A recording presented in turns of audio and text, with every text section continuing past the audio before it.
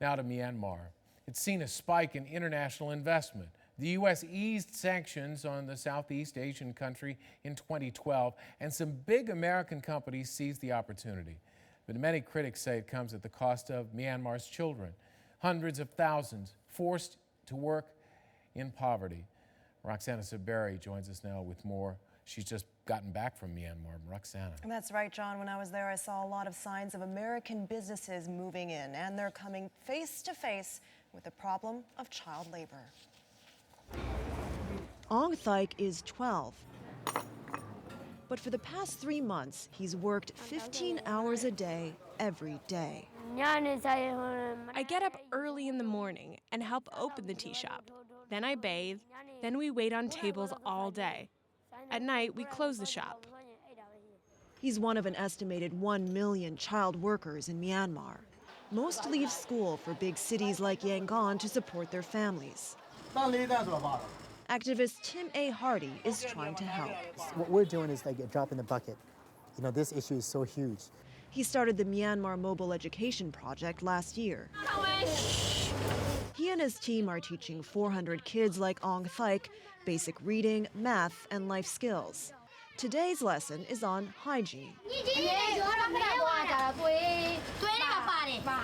A. Hardy fled to America from Myanmar in 1989 after taking part in student protests against the military government. He came back in 2012 as the country began opening up to the world, and he saw more children working in cities than he ever had before. When I came back and then I was like, wow, there's so many kids everywhere you go. These are like young people working day in, day out. And then just to make like a couple of dollars a day. Myanmar bars children 13 to 15 from working more than 4 hours a day, and kids under 13 from working at all. But the law is rarely enforced. Child labor is pervasive here, posing a challenge to American companies that have come back since 2012, when the U.S. eased sanctions on Myanmar. We reached out to a number of American companies doing business here to see if we could visit their sites. They said no, but Coca-Cola told us its policy in Myanmar is to hire workers 18 and older. And the clothing retailer Gap said when it comes to child labor, it has what it calls a zero-tolerance policy. An independent audit of 2 factories used by Gap in Myanmar did not find evidence of child labor, but it found some personnel files did not contain proof of age verification, and some age verification documents showed signs of manipulation.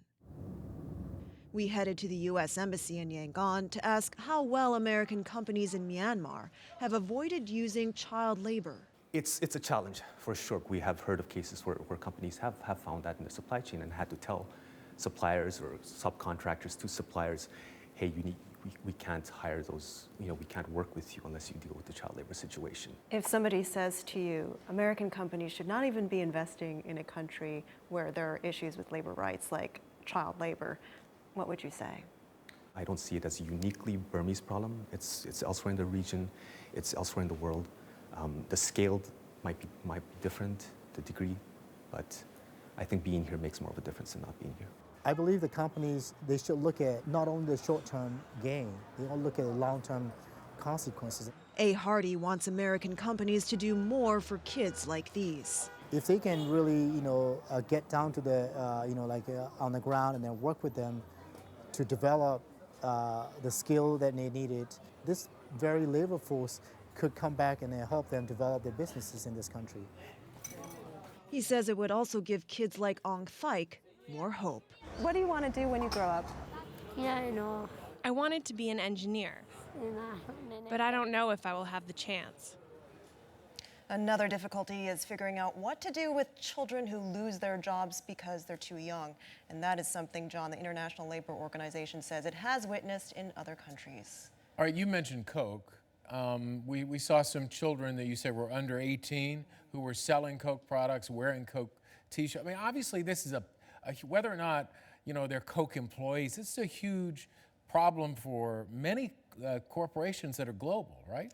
That's right. I did ask Coca-Cola about what we saw there, and they basically told me it has more than 25 million customer outlets like the ones we saw in this story around the world. Those employees, as you said, are not Coca-Cola's employees, and so what the company says is the people at those sites are supposed to follow local law and not Coca-Cola's policy of hiring people 18 and older. But some activists say that the company should hold them to higher standards. All right. These are very interesting stories, Roxana. Thanks very much.